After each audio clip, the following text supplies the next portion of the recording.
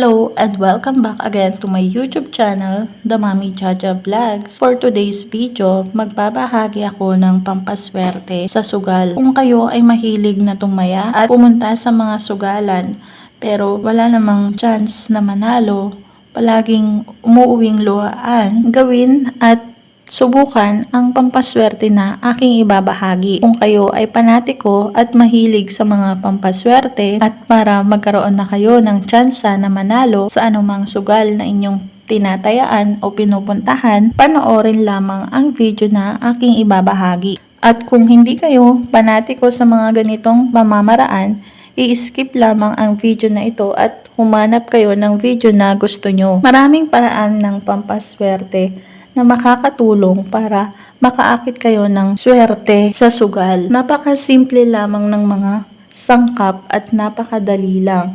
Mahahanap mo lang ito sa iyong kusina. Mangangailangan lamang tayo dito ng asin na medyo nilagyan ng tubig at mangangailangan din tayo dito ng tubig na nakalagay sa mga mangkok. Ang paggawa ng pampaswerteng ito ay kahit na anumang araw o anumang oras. Kung bago ka pumunta sa sugalan o sa mga tatayaan mong loto o sa mga sasalihan mong raffle, gumawa ka muna ng ganitong pamamaraan ng pampaswerte sa sugal. Kumuha ka lamang ng asin na nakalagay sa babasagin na mangkok at lalagyan ito ng kaunting tubig lang. At mangangailangan din tayo dito ng tubig na nakalagay sa mangkok. Kumuha ng isang dakot na asin at ilalagay dito sa tubig at paghalu-haluin lang ito. At pagkatapos mo nang nahalo, ito'y ibibilad sa sinag ng araw ng 3 oras. Kailangan mapa-energize mo muna sa init ng araw o sinag ng araw. Pagkatapos ng 3 oras, ay kuhanin mo ito at hugasan mo ang iyong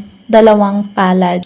Habang hinuhugasan mo ang 2 mong palad, mag-visualize ka, mag-imagine ka na ikaw ang mananalo sa sugal na pupuntahan mo. Mananalo ka ng maraming pera, makakaakit ka ng swerte. Mga ganun. Mag-visualize ka, imaginein mo ang mga positive na gusto mong mangyari sa sugal na pupuntahan mo o tatayaan mo. At pagkatapos, wag mong pupunasan ang iyong kamay. Hahayaan mo lang ito na matuyo ng kusa sa hangin. At saka ka na ngayon pumunta sa sugalan na pupuntahan mo o tatayaan mo. Tandaan na ang mga paggawa ng mga pampaswerteng ito ay dapat meron kang 100% na paniniwala. Paniwalaan mo ang mga pampaswerte na iyong ginagawa at magpaka-positibo ka. Paganahin mo ang law of attraction. Alisin ang mga galit at sama ng loob. Iwaksi ang mga negatibo mong naiisip para hindi yan yung ma-attract mo. Gawin lamang itong pamamaraan ng pampaswerteng ito ng paulit-ulit